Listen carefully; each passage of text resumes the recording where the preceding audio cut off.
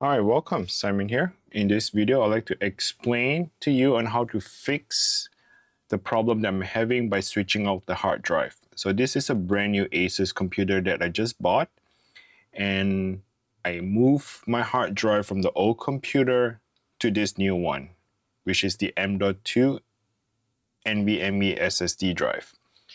So by moving the hard drive over, and if you run into this blue screen or error message that says the computer does not boot up, here's the reason why.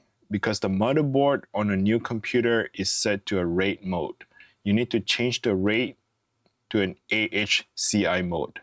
Here you can see that says your device ran into a problem and needs to be restored. We will restart for you. So Control or Delete is not doing the thing. I'm just going to press and hold the power button.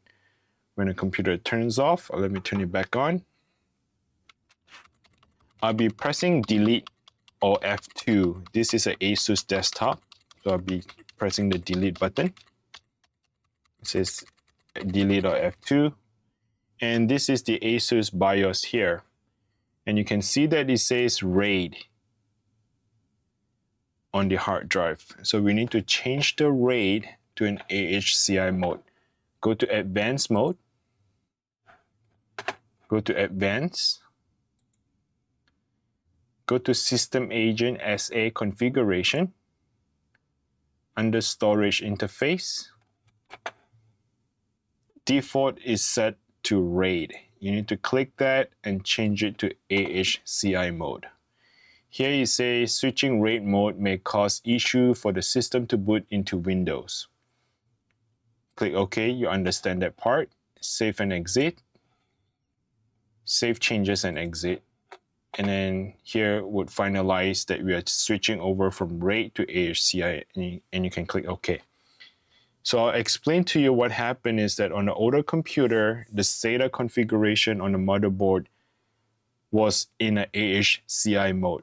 Even though the hard drive is perfectly fine, there's nothing wrong with it when you move to a new desktop. But the newer motherboard on the desktop is set to RAID, so you need to configure back to an AHCI mode. Then the computer understands it. Then the computer would boot into the to the hard drive. So save the changes, let the computer reboot on its own. I am going to cover up the user login profile just in case it shows my client's pictures or photo. See, it just boots straight to Windows. And you can see that entering the password is showing right here. You can see that I can type in the password. So there we go.